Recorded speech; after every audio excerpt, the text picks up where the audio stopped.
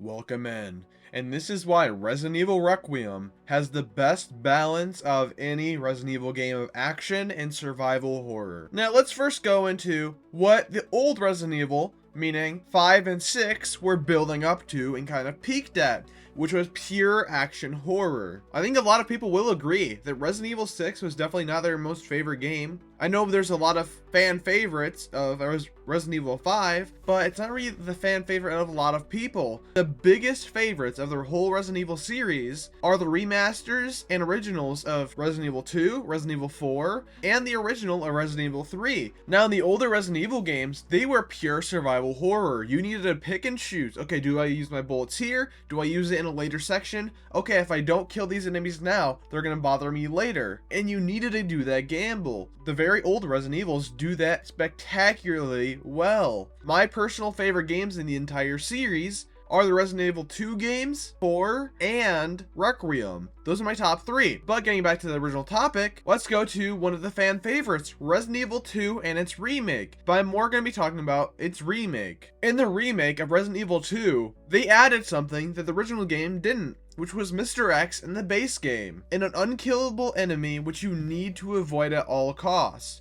With other enemies, sure, you can take them down, but you're gonna waste the vast majority of your bullets. First playing that game, I was used to games like Halo, for example. Playing that, blasting through everyone, having extremely high amounts of ammo. With these older games, with this old style of Resident Evil, you need to really conserve your ammo. And especially with Mr. X going around, that horror is on another level. I remember in the main lobby, I thought that main lobby in the Raccoon City police station was completely safe. Oh, there's a save here. I must be safe here then, right? Nope. I started hearing stomping. I was like, wait, where's that coming from? I looked all around, and then suddenly I turned around and Mr. X was like 10 feet away from me coming inside the room. I was like, oh, he can go in here? That stomping in the background, knowing there's an unstoppable, unkillable machine coming after you that has that uncanny face that's bigger than you. That is very good horror. And killing him at the very end of the game feels so rewarding. And he has to haunt you throughout the entire game. Sure, he doesn't appear in like the sewers, for example, but you have your own worries down there. If he was down there, it'd probably be a bit too crowded. But in the Raccoon City police station, there's a looming threat consistently after you. He is my favorite stalker enemy out of the entire Resident Evil series. And as the games go on, you can see in Resident Evil 4, which was my still favorite game. So far, it's number 1, Resident Evil 4. Number 2, Resident Evil Requiem. Number 3, Resident Evil 2. Now, I am bunching up the remakes with the originals as well on that list. But with Resident Evil 4, there were still a lot of horror elements, but more started to lean into action horror compared to survival horror. But I think they did the balance very good in that game. In Leon in that game, this feels extremely more responsible and put together. You don't have him kind of a rookie as in Resident Evil 2. But it did start a spiral of something bad that happened in Resident Evil, which pushed away a lot of their fans, which was action horror. I think the perfect balance was in like Requiem and Resident Evil 4. There's a reason Resident Evil 4, whether the remake or the original, is looked upon so well in the community. If you ask 10 Resident Evil fans which of the games is their favorite, I bet at least 5 of them would choose Resident Evil 4. It's a given. It has very good horror. It has very good action. It has an amazing story. It has amazing DLCs with Ada's story. But then you start to slip more into the action horror, get away from your creation, what made you work in the first place. Starting with Resident Evil 5, which I know some people say is their favorite game. I played it for a little bit. I never got really into it more than any other Resident Evil game. The only games which I could never finish because it wasn't my type of game was probably Resident Evil 3. The remake, I could never finish that. Resident Evil Village, I could never really finish that. And then Resident Evil 5 and 6. I have played Resident Evil 6 recently though. I've been so busy with Requiem. But going on back to Resident Evil 5, there wasn't really too much horror in that game as I remember. It was mostly, okay, go to this place, shoot up the place, go to this place, shoot up the place. There was never an area like the Raccoon City Police Department. It never even flowed that well compared to Resident Evil 4. Sure, you had very big names in it, like you had Jill, you had Wesker, you had Chris in it. I mean, you had all these big hitters, but just didn't have the same feel as, let's say, a Resident Evil 4, which came out just before that, which only really had the big names as Leon and Ada. Who else was really there? Well, Resident Evil 5, much more stacked cast, especially the villain, Wesker. I mean, Jill and Wesker have been there since Resident Evil 1, and Chris for that matter, but not even par with Resident Evil 4. And then they leaned more into the action horror when they went to Resident Evil 6. While I really love how big the campaign is, so many POVs, when I saw that I was like, oh, there's a lot to do in this game. But when playing it, it's like, and I'm not really scared at all. I get like an abundance worth of ammo. I never felt like I was running out of ammo. I think I'm around halfway through Leon's story right now.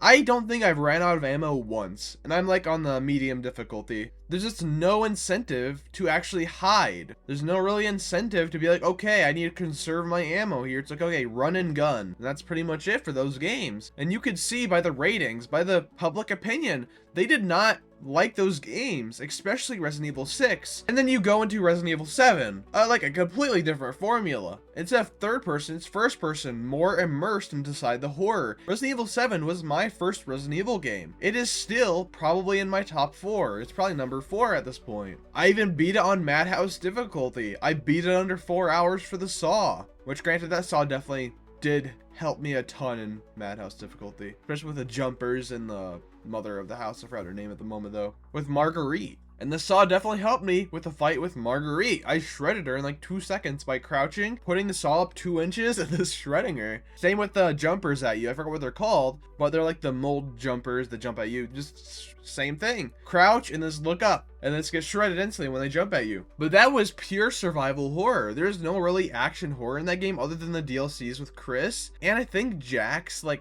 uncle, and one of the DLCs where you get like a power fist. I mean, I love that. You definitely felt powerful, especially with Chris, where one of his finishers is punching people. And at that time, I didn't know he punched boulders in his past in Resident Evil 5, but it just felt amazing. Like, that game was peak survival horror. Yeah, you could fight back, and you definitely had limited ammo, but never felt tedious. You got just enough to get by. Especially in the higher difficulties, you really need to do good at conserving your ammo, picking where to choose and go. And then they went to Resident Evil 8. They tried to keep the same cast. They kept Ethan Winters, but they kind of just like went downhill in my opinion with Resident Evil Village. They tried to keep the same characters, but switch up the formula to be more action heavy and not really horror. I mean, who really thinks Lady D is horror? I mean, there's definitely a different feeling towards Lady D compared to, let's say, a Mr. X when you first saw him. Yeah, there's definitely not the same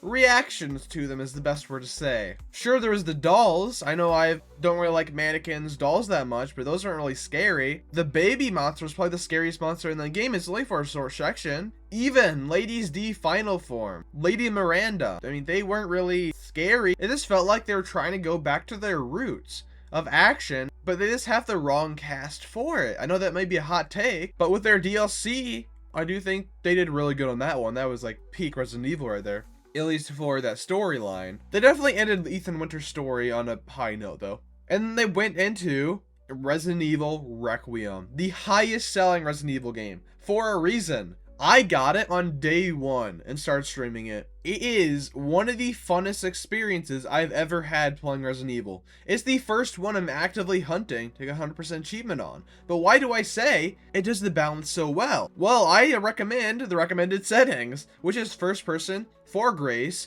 and third person for Leon. You have the best of both worlds. You have the action of Resident Evil 4 Remake.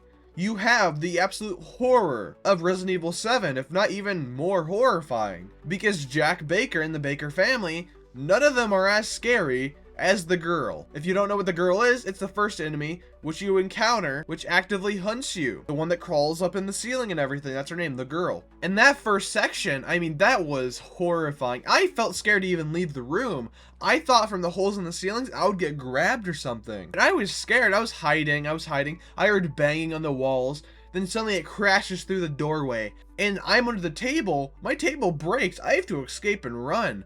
And then I go to my safe room. And this is what I love about Resident Evil 2 as well. That safe room, like I mentioned, no, it's not safe anymore. What you thought was safe is no longer safe. The first time you go in that safe room in Resident Evil Requiem, she gets burnt. Okay, she goes out, you go out. She crawls up the ceiling, I mean. You do the chase again, you go in your room, she knows, and then breaks the lights. So that room is no longer safe. You thought you were safe then? No, you are not.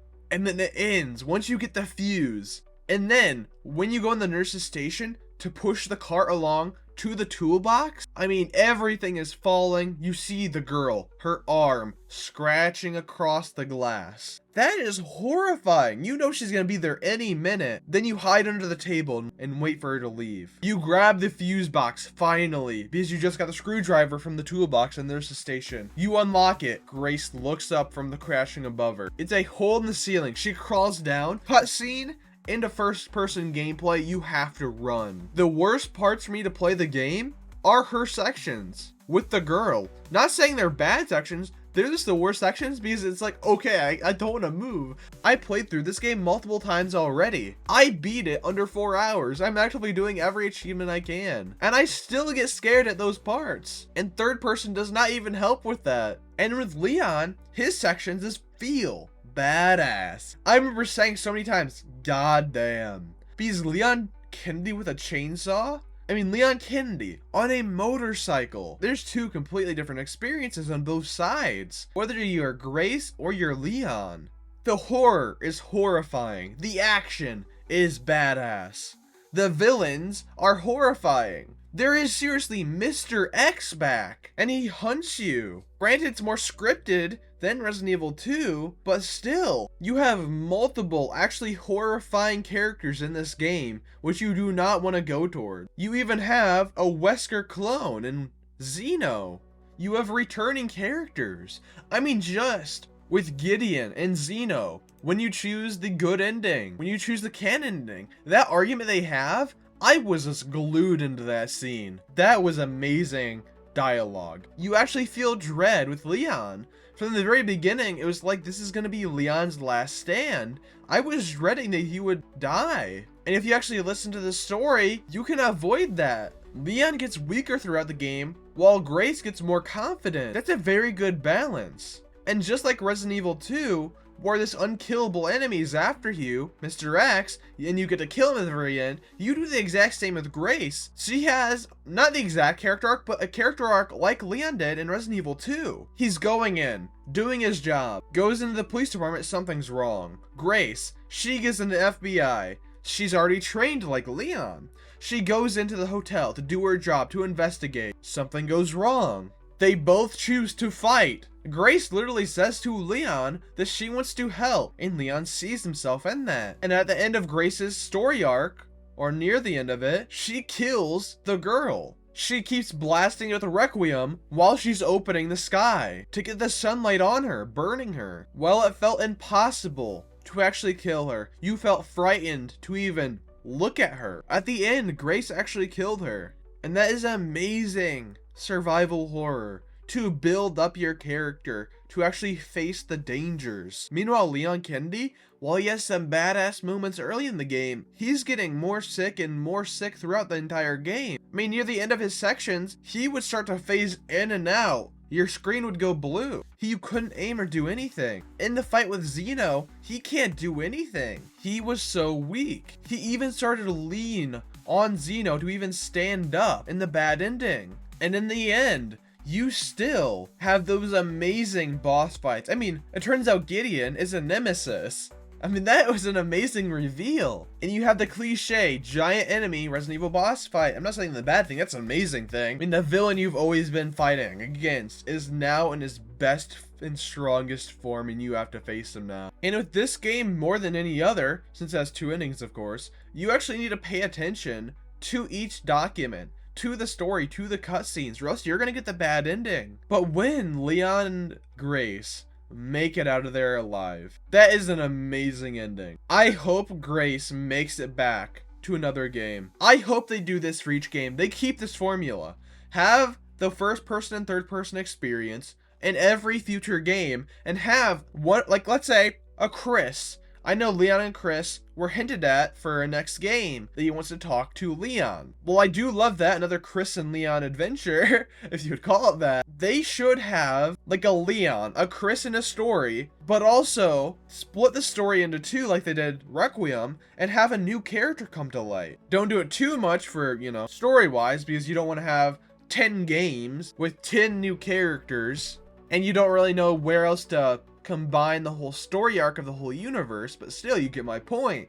You have a well-known character in the universe, okay, now match them up with a newer person to keep that balance of action horror and survival horror. Because with each game, at least with Leon's side, the combat is getting better and better. Just look at Resident Evil 2 compared to 4 compared to Requiem. He's getting more moves, more animations, better weapons. If you keep developing him in that way, and then balance it out with another survival horror character who's first person, you will have this series lasting for as long as you can. Not even counting the DLCs that will come with this game. I haven't even talked about Hunk in this game. Just all of the Easter eggs in this game revolving out different things. But I think I've said a bit too much in this video already because I just love this game. But let me know what you guys think in the comments down below. Like, subscribe, and I'll see you guys in the next video. See ya.